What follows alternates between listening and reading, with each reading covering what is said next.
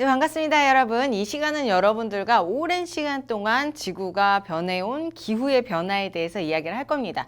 그중에서 오늘의 첫 번째는 무슨 내용이냐면 지구 안에서 일어나는 요인에 의한 기후 변화에 대해서 이야기를 해보도록 하죠.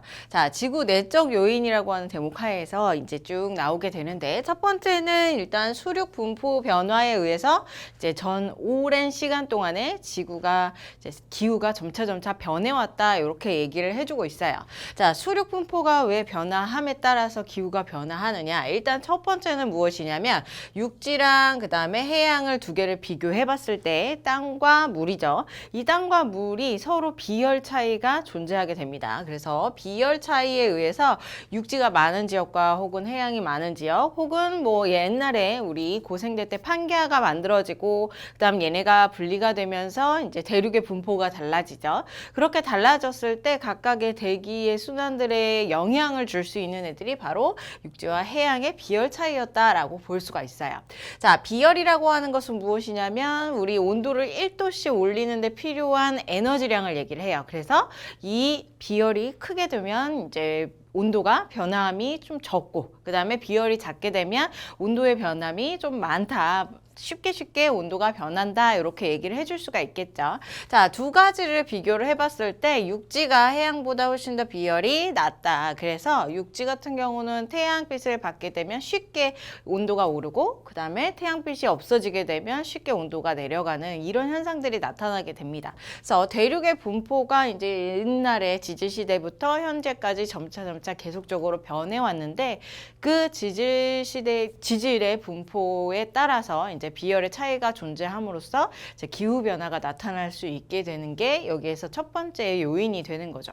그 다음에 플러스 여기에다가 무슨 얘기를 해줄 수 있냐면 우리 반사율이라고 하는 것을 이제 아래서도 얘기를 할 건데, 반사율의 차이도 존재할 수가 있어요. 대륙에서 뭐 산림이 많은 곳과 혹은 이제 사막인 지역, 이런 지역들이 각각 변함에 따라서, 혹은 이제 해양이 존재하고 그 다음에 대륙이 존재했을 때 각각의 태양 에너지를 반사하는 그 반사의 비율이 달라짐에 따라서 이제 우리의 전체적인 기후의 변화에 영향을 초래한다라고 볼 수가 있는 거죠. 자, 그 다음 두 번째로는 반사율의 변화입니다. 이 반사율의 변화의 요인에는 이제 세 가지로 나눌 수가 있는데, 첫 번째는 빙하가 될 것이고, 두 번째는 사막화가 될 것이고, 그 다음에 세 번째는 산림 파괴가 되겠죠. 자, 여기에서는 이 세 가지에 의해서 반사율이 증가한다라고 얘기를 했는데, 각각 요건들을 뽑아서 얘기를 한번 해보도록 하겠습니다. 자, 일단은 현재의 지구에서는 빙하가 점차 감소하는 모습을 갖게 되고 있죠. 그래서 빙하가 점차 감소했을 때 우리는 흡수하는 태양 에너지를 반사하는 그 반사율이 어떻게 될 것이냐 생각을 해볼 수가 있어요. 자, 이 반사율이 점차 떨어질 것이다, 이렇게 얘기를 해줄 수가 있겠죠. 빙하는 반짝반짝한 얼음으로 되어 있는데, 이 얼음이 많으면, 많은 면적을 차지하고 있으면 이제 태양빛이 그곳에 부딪혀서 이제 반사하는 양이 많아질 거예요. 하지만 그 면적이 줄어들게 되면 당연히 반사율도 줄어들게 되죠. 그 결과 이제 흡수하는 태양 에너지죠. 자, 흡수되는 태양의 에너지량이 어떻게 변할 것이냐, 이렇게 생각을 해봤을 때 반사되는 태양의 에너지량이 줄어들기 때문에 흡수하는 에너지량이 증가하게 되고, 그 결과 이 태양 에너지의 양의 증가함에 따라서 기온이 점점 증가하는 추세를 갖게 될 것이다 라는 게 바로 빙하가 감소했을 때의 상황입니다. 자, 나머지 상황들도 한번 볼게요. 이제 사막화가 있고요. 그 다음에 산림 파괴가 있죠. 산림 파괴. 자, 얘네들 같은 경우는 그냥 비슷해요. 사막화나 혹은 산림 파괴, 결과적으로 맨 땅을 만든다라는 얘기예요. 원래는 이제 울퉁불퉁한 산림들이 존재했었는데 걔네들이 없어지고 맨 땅을 만들게 된다. 자, 이렇게 맨 땅을 만들게 되면은 당연히 반사율이 증가하겠죠. 증가하게 됨으로써 이제 여기 위에랑 같이 비교해서 얘기를 해보면 흡수되는 태양 에너지량이 이제 반사하는 양이 많아짐에 따라서 줄어들게 되고, 그 결과 기온이 감소하게 될 것이다. 이렇게 나쁜 현상들이 나타나고, 혹은 이제 얘네들을 대표적인 온난화의 결과물이라고 얘기를 해줄 수가 있는데, 이런 결과물을 통해서 이제 무조건 다시금 온난화가 연쇄적으로 반응하는 건 아니고 이제 기온이 감소할 수도 있다라는 것만 조심하시면 될 것 같아요. 자, 이렇게 빙하나 혹은 이제 사막이나 우리 산림의 파괴를 따라서 반사율에 대해서 이야기를 해봤습니다. 자, 수륙 분포, 그 다음에 반사율, 그 다음 마지막은 이제 세 번째로는 우리 대기의 에너지 투과율에 대해서 얘기를 해볼게요.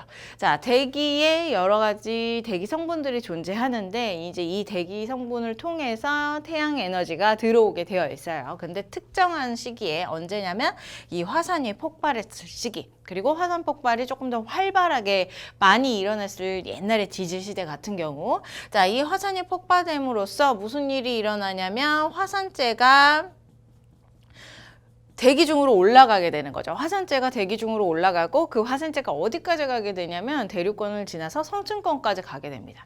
그리고 그 성층권을 쫙 가득 메우게 됨으로써 우리가 우산을 쓴 거와 같은 효과를 주게 되는 거예요.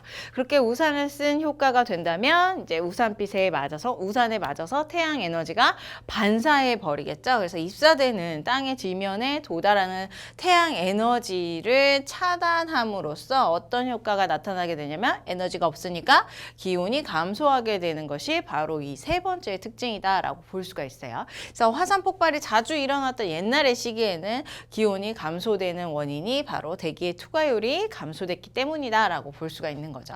자, 그 다음 마지막으로 우리 수권과 기권의 상호작용 이렇게 나와 있는데 대표적인 게 엘니뇨, 라니냐입니다. 우리 앞쪽 단원에서도 이미 여러분들이 공부한 바가 있는 거죠. 자, 이런 엘니뇨와 라니냐가 왜 일어나느냐? 우리 대기 대순환이 일어나는데 대기 대순환.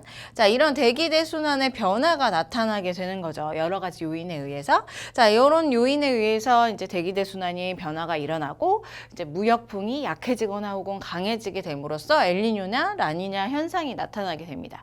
자, 그러면 이 엘니뇨와 라니냐 현상에 의해서 수온도 변화할 뿐만 아니라 이제 대기도 영향을 다시금 받아서 이제 주변의 기후나 기온에 영향을 주게 되는 거죠. 그래서 수온이 변화하고 전 지구적인 기후의 변화를 초래한다라고 볼 수가 있어요. 그래서 이렇게 해서 우리 지구 내적 요인, 지구 안쪽에서 여러 변화에 의해서 기후가 변화되는 요인 4가지를 한번 살펴봤습니다.